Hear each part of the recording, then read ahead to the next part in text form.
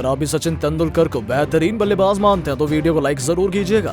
दोस्तों, भारत और वेस्टइंडीज के दिग्गजों के बीच खेले गए मुकाबले में सचिन तेंदुलकर ने शतक लगाकर रचा इतिहास, तो दूसरी तरफ यूसुफ पठान ने रोंगटे खड़े कर देने वाली बल्लेबाजी करते हुए अंतिम ओवरों में दिलाई शानदार जीत। बताएंगे इस रोमांचक मुकाबले के रोंगटे खड़े कर देने वाली हाईलाइट, तो जानने के लिए वीडियो को पूरा एंड तक जरूर देखिएगा। लेकिन उससे पहले आपको क्या लगता है, सचिन तेंदुलकर, वीरेंद्र सहवाग और ब्रायन लारा में से कौन है बेहतर बल्लेबाज? इस बात का जवाब नीचे दिए गए कमेंट बॉक्स में जरूर दें। दोस्तों, जैसा कि आपको पता ही है, रोड सेफ्टी वर्ल्ड सीरीज का आयोजन बड़े ही शानदार तरीके से हो रहा है, जहां पहले ही मुकाबले में भारतीय टीम ने साउथ अफ्रीका की टीम को 61 रनों से हराकर विशालकाय जीत दर्ज करी थी। जिसके बाद भारत का अगला मुकाबला वेस्टइंडीज के खिलाफ खेला गया, जहां पर इस मुकाबले में एक बार फिर से भारतीय टीम की कमान सचिन तेंदुलकर के पास मौजूद थी, तो दूसरी तरफ वेस्टइंडीज की कमान ड्वेन स्मिथ के पास मौजूद थी। जहां इस मुकाबले में ग्रीन पार्क स्टेडियम पर खेलते हुए सचिन तेंदुलकर ने टॉस जीतकर पहले गेंदबाजी करने का फैसला किया, तो वहीं विरोधी टीम की तरफ से पारी की शुरुआत करने के लिए कप्तान ड्वेन स्मिथ और देव मोहम्मद आए। जहां दोनों बल्लेबाजों ने ताबड़तोड़ बल्लेबाजी करते हुए टीम के सामने तहलका मचा दिया। जहां दोनों बल्लेबाज कितने ज्यादा खतरनाक मंसूबों के साथ इस मुकाबले में उतरे थे, वो कहने योग्य हम बिल्कुल भी नहीं है, क्योंकि दोनों बल्लेबाजों ने ताबड़तोड़ बल्लेबाजी करते हुए पावर प्ले में 75 रन बटोर लिए। जहां भारतीय गेंदबाज पूरी तरीके से नाकाम दिखाई दिए थे, लेकिन कहते हैं ना, शांति के बाद तूफान जरूर आता है। इसी चीज को आगे बढ़ाते हुए भारतीय गेंदबाजों के बेकार प्रदर्शन के बाद अचानक भारतीय गेंदबाजों ने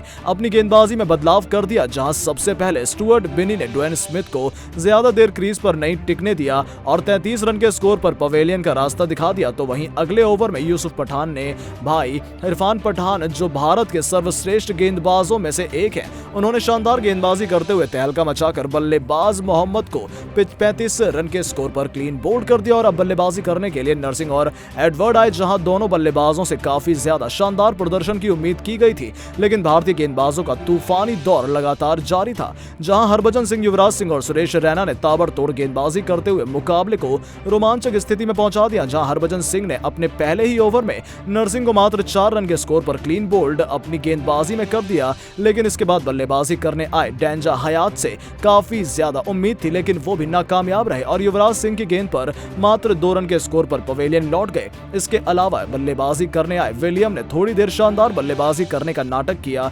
लेकिन विलियम सुरेश रैना की गेंद पर मात्र 7 रन के स्कोर पर विकेटकीपर के हाथों कैच आउट हो गए। और अब पारी को संभालने एडवर्ड और सुलेमान पर थी और दोनों बल्लेबाजों ने पारी को संभाल लिया और अंत तक शानदार बल्लेबाजी करते हुए 30 और 35 रन की नाबाद पारी खेली। और इसी के साथ वेस्टइंडीज की टीम ने शानदार बल्लेबाजी करते हुए 172 रन 5 विकेट के नुकसान पर बना दिए। तो वहीं भारतीय टीम 173 रन के लक्ष्य का पीछा करने के लिए उतरी, लेकिन इस लक्ष्य का पीछा करने के लिए भारतीय टीम के कप्तान सचिन तेंदुलकर और नमन ओझा ने पारी की शुरुआत करी। जहां नमन ओझा ने अपना विकेट पहली ही गेंद पर देवेंद्र को दे दिया और देवेंद्र जिसमें चीज को हाथ लगा रहे थे, उसमें उन्हें सफलता मिल रही थी, जिसके कारण उन्हें तीसरा ओवर भी प्रदान किया गया। और बल्लेबाजी करने आए सुरेश रैना को उन्होंने मात्र 4 रन के स्कोर पर पवेलियन का रास्ता दिखा दिया। लेकिन अब बल्लेबाजी करने आए युवराज सिंह किसी से नहीं डरने वाले थे और उन्होंने आते ही देवेंद्र बिशु को 4 गेंदों पर 2 छक्के और 2 चौके जड़कर उनके उम्मीदों पर पानी फेर दिया। और अब से दोनों बल्लेबाजों ने शानदार बल्लेबाजी करते हुए टीम को आगे बढ़ाने का कार्य किया।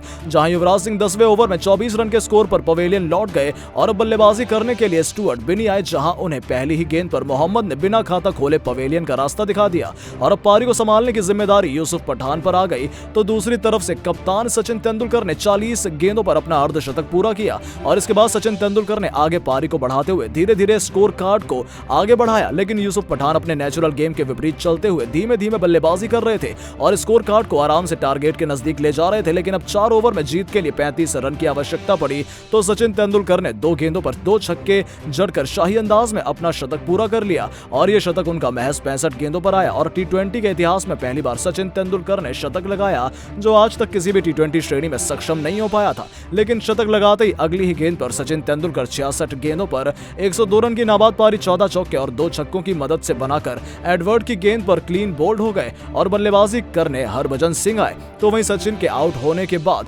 पूरी जिम्मेदारी यूसुफ पठान पर आई और यूसुफ पठान ने 1 ओवर में में 2 छक्के और 1 चौके की मदद से 18 रन बटोर लिए और अब जीत के लिए 2 ओवर में 8 रन की आवश्यकता थी। ऐसे में हरभजन सिंह पहली गेंद पर क्लीन बोल्ड हो गए तो वहीं बल्लेबाजी करने आए इरफान पठान की पहली ही गेंद पर ब्लैक के द्वारा क्लीन बोल्ड हो गए और अब पूरी की पूरी जिम्मेदारी यूसुफ पठान पर थी, जहां ओवर में महज 2 रन दिए। लेकिन अब अंतिम ओवर में 6 रन की आवश्यकता पड़ी तो यूसुफ पठान ने पहली ही गेंद पर छक्का लगाकर मुकाबले को पूरी तरीके से खत्म कर दिया। पर भारतीय टीम को शानदार जीत दिलाई और इस अभ्यास मुकाबले में शानदार जीत से भारतीय दर्शक भी खुश हो गए। लेकिन दुखद बात तो यह है कि अभ्यास मुकाबले के बाद खेला गया असली मुकाबला बारिश के कारण रद्द करना पड़ा। हालांकि उस मुकाबले में भी भारत की जीत इस मुकाबले को देखते हुए पक्की थी। तो दोस्तों, आपको क्या लगता है, भारत लीजेंड की इस टीम टूर्नामेंट के फाइनल में पहुंच पाएगी या नहीं? अपनी राय नीचे दिए गए कमेंट बॉक्स में जरूर दें और ऐसी शानदार खबरों के लिए चैनल को सब्सक्राइब जरूर करें। धन्यवाद।